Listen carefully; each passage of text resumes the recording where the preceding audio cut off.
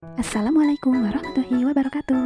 Halo semuanya, perkenalkan nama saya Latifah dengan NIM 877977423. Pada kesempatan kali ini saya akan membahas modul 1 sampai 12. Nah, di modul 1, pengertian kurikulum. Kurikulum berasal dari bahasa Yunani yaitu kurir yang berarti pelari atau berpacu. Ada dua jenis kurikulum yaitu ideal, rencana tertulis, dan aktual yaitu pelaksanaan di kelas. Ada 4 komponen utama kurikulum: 1 tujuan, 2 isi atau materi, 3 metode atau kegiatan, dan 4 evaluasi. Nah, di modul 2 ada 4 landasan pengembangan yaitu filosofis, psikologis, sosial budaya, dan ilmu pengetahuan. Prinsip pengembangan kurikulum ada 2, umum dan khusus. Nah, di modul 3 menjelaskan perkembangan kurikulum TK di Indonesia. Sebelum 1968 ikut kurikulum SD. Tahun 1968 sampai 1976 ada 8 bidang seperti Pancasila, bermain, dan bahasa.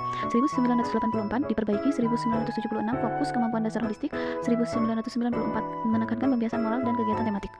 Nah, di modul 4 membahas kurikulum berbasis kompetensi, yaitu kemampuan beradaptasi sosial untuk kinerja sukses. Ada 3 model kurikulum global: 1 konten atau topik, 2 kompetensi atau hasil, 3 campuran. Pada modul ini dibahas pentingnya kegiatan pengembangan anak usia dini, terutama di TK.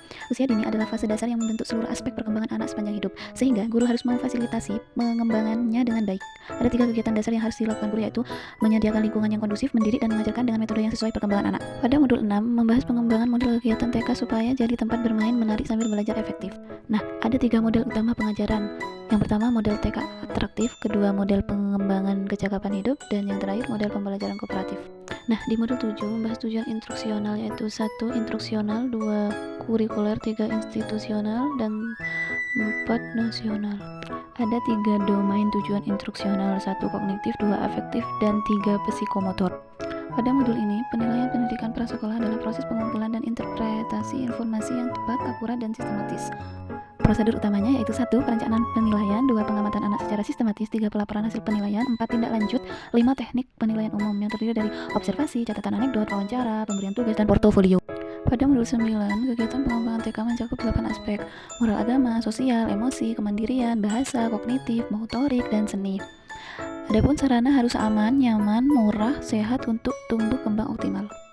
Pada modul 10 membahas silabus, yaitu rencana pembelajaran yang memuat kompetensi dasar, materi, kegiatan, indikator, waktu, dan sumber belajar sebagai panduan guru. Ini 3 tahap utama. Yang pertama perencanaan, kedua pelaksanaan, dan yang ketiga revisi. Pada modul 11, prinsip silabus terdiri dari ilmiah, sistematis, relevan, konsisten, dan kecukupan materi. Nah, SKM singkatan dari satuan kegiatan mingguan, yaitu penjabaran silabus untuk 1 minggu berisi kompetensi, konsep, aktivitas, kelompok anak, dan waktu. Sedangkan SKH singkatan dari satuan kegiatan harian yang berisi rencana lengkap kegiatan awal, inti, akhir. Pada modul 12, yaitu membahas evaluasi kurikulum TK atau PAUD, yaitu memberi nilai baik, buruk dengan membandingkan hasil aktual versus standar untuk perbaikan program. Adapun kriteria keberhasilan evaluasi sebagai berikut. Yang pertama, keputusan tepat, tidak merugikan anak. Yang kedua, menemukan bantuan sesuai kebutuhan. Yang ketiga, identifikasi aspek perlu perubahan.